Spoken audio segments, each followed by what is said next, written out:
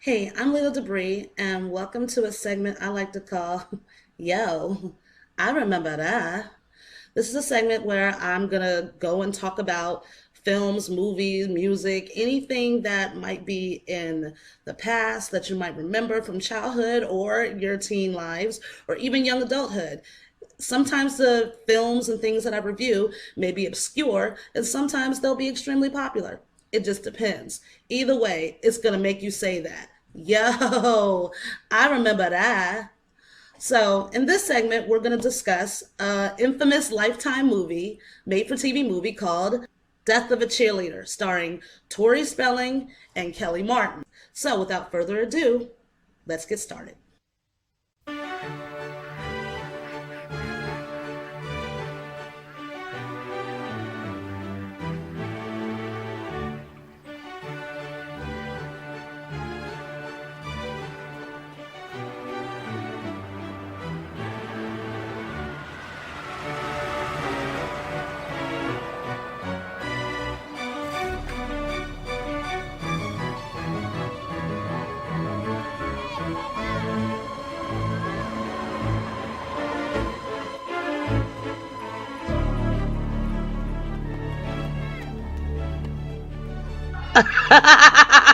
Sorry, but it's true. All right. So before we get into the actual film, I want to first give you a little background story, an article on the actual event of the murder of Kristen Costa. And it begins talking about how she was so vibrant and successful, and she made adolescence look easy. She was on the cheerleading squad. Her parents were very wealthy. But in the meantime, you had Burnett Prady. Life was more of a struggle for her. This right here is actually an episode of Deadly Women, where it actually showcases Bernadette and Kristen's real life situation and the real life murder and how it escalated to that point. At the top of her game, 15-year-old Kirsten Costas. Ready? Hey, nothing's gonna stop us. You know just what I mean. We're gonna fire up. Just a spirited young girl. They're starting to get lazy. They're starting to mess up. She has tremendous self-confidence. Um, I'm sorry, I don't know what to say. Is that all it takes to be a cheerleader? Because she really didn't do anything that fantastic. Shit, if I would have known that, I would have tried out. Oh, wait. But then I remembered being a cheerleader was, degrading and sexist, and there's really no purpose to the sport. Not to mention, they wore those short little skirts, not quite sure why. Um, they didn't serve a purpose, especially in the school that I went to, where those type of skirts were banned and not part of the dress code. Yet every Friday, the cheerleaders were able to wear them. Well, wear their cheerleading skirts. I'm sorry, am I thinking too deeply about this? Because honestly, I never desired to be a cheerleader, but I kind of thought it would have been harder. Like you needed to, know gymnastics and all that kind of stuff. Huh. Well, you learn something new every day. I guess in order to be a cheerleader, all you need is to look sexy in a short skirt, jump around, look stupid, and kick your legs up. Awesome. Everyone wanted to be like Kirsten. No one more than 15-year-old classmate Bernadette Prody.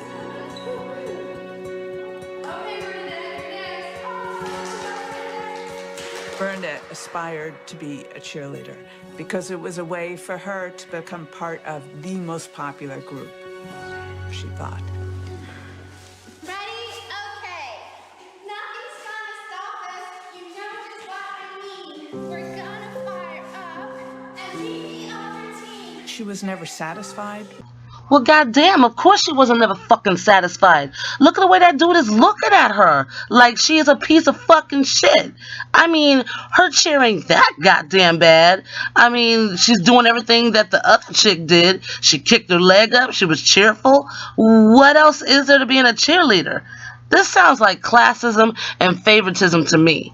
And when you do that to a certain degree, a person is gonna fucking snap. What do you expect? She always felt she was inadequate.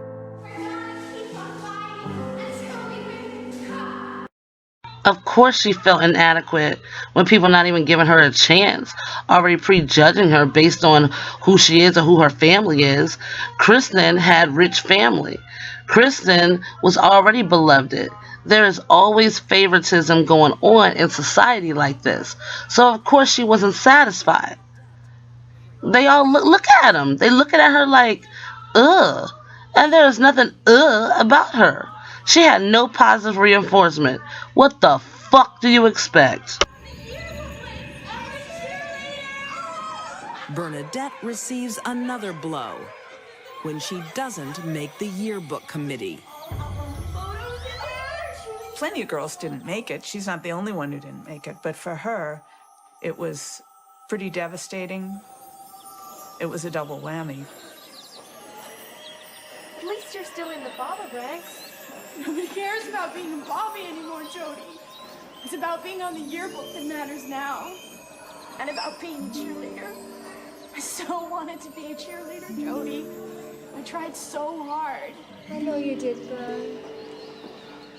Bernadette starts to blame one person for her failures. Blame? How do they know this?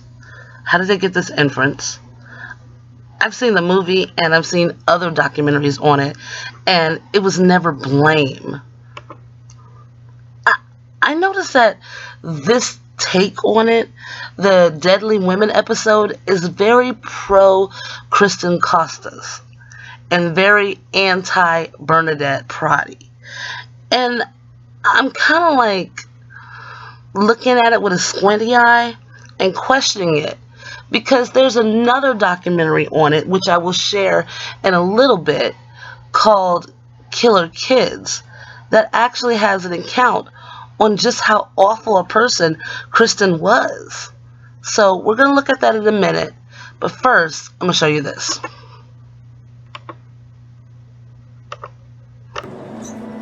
She even takes offense at her rival's offhand comments.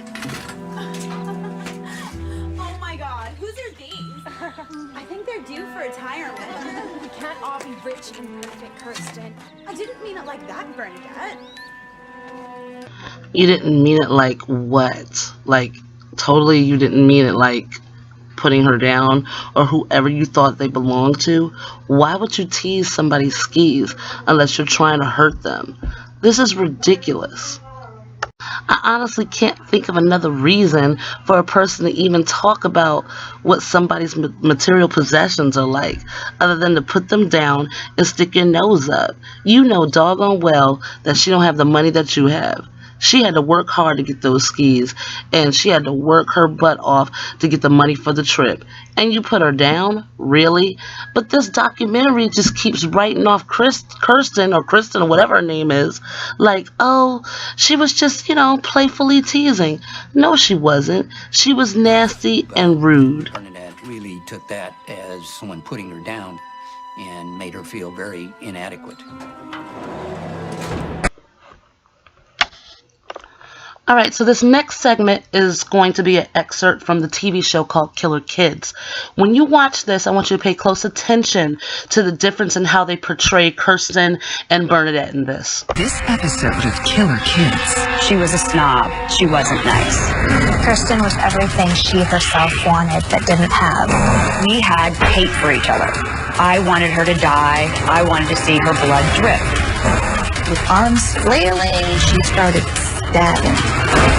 Increasing social pressures are enough to send a kid over the edge. In 1984, Orinda, California, a popular cheerleader dies in her neighbor's arms, shocking the community and leaving everyone to wonder who's responsible.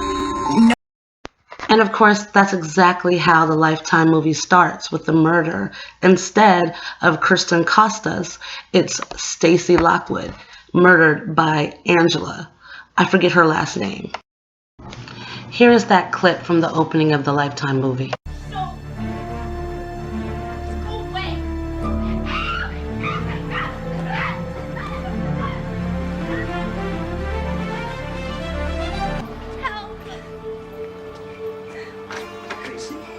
What's going on? Help me. Stacy? Help me, I've been stabbed. Stacy, who did this? Excuse me, maybe it's just me, but a dude in the background, who are you, and why are you just standing there like you don't really give a shit? So I showed that scene to show that in the beginning, nobody knew who it was at all. It was a complete mystery. The movie showed that perfectly and captured it perfectly. Lots of rumors went around. They had a feeling that it was somebody among them. They couldn't solve the case. The local police turned it over to the FBI. The kids in that high school were high achievers. There was a strong desire to be successful. The principal talked about being competitive. He wanted people to crush the competition. It wasn't enough to be good. You had to be the best. So a lot of pressure was put on the students. And that competition seemed to work well for the boys. Boys are different than girls. And the girls, they were a little bit nasty to each other. Among the girls attending Miramonte High is 15-year-old Kirsten Costas. Kirsten Costas represented exactly what you wanted to be like in high school. She had naturally curly hair, she was naturally tan, she was on the swim team, she was a cheerleader, she was popular, pretty much just represented the all-American perfection. 16-year-old Nancy Kane was everything that Kirsten was not. It was the mid-'80s, so we'd kind of gone from the preppy handbook, topsiders, flip collars, to new wave with the piercings and the tattoos. And that's the direction I went, being different and not being the norm. Alright, so this one right here, Nancy Kane, is pretty much Monica in the movie The Goth Girl that always gets picked on by Stacy. And here's the first clip from the movie where Monica is introduced, and it shows how she's treated. Oh, it's Monica. What is her problem? I don't know. She used to be kind of cool. Yeah. Well, now she's kind of weird, isn't she? Hey, Monica. Forget your broom? I don't need a broom to fly away from you, you bitch. Ooh, cold. Well, you know, it's been really nice talking to you, but you better run along now. We don't feed strays here. Bye. Among Kirsten's many admirers is 15-year-old Bernadette Prati. Bernadette Prati was a plain Jane. Very nice, very sweet, very likable, easy to talk to. Bernadette was very soft-spoken. She had long blonde hair. You know, nice. She was just nice. Based on the interviews that people who knew her at the time gave, Bernadette lived in a community where the families were more affluent than her own family. It sounded like that definitely increased her sense of inferiority. See, this is exactly what I'm talking about. For some reason, the other documentary is painting a totally different picture than what this documentary and the movie is saying. It's classism, and it's wrong. I mean, call it whatever you want to call it. Classism, favoritism, prejudice, whatever. The point is that both girls didn't get a fair shot. And one of them snapped. That's why you have to teach your kids and people in general. That's why you got to be kind to each other. Like, really. I mean, honestly, what's wrong with some people? You can't just go around treating people like garbage. If you keep doing it, you're going to end up seeing yourself get killed.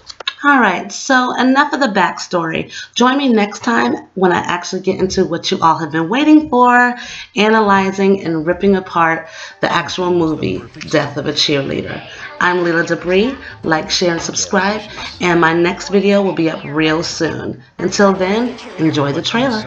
She wanted more. I wonder what you have to do to be popular. Hey, Angie, come join the party. Mars! Me? You've chosen me? She used to be kind of cool.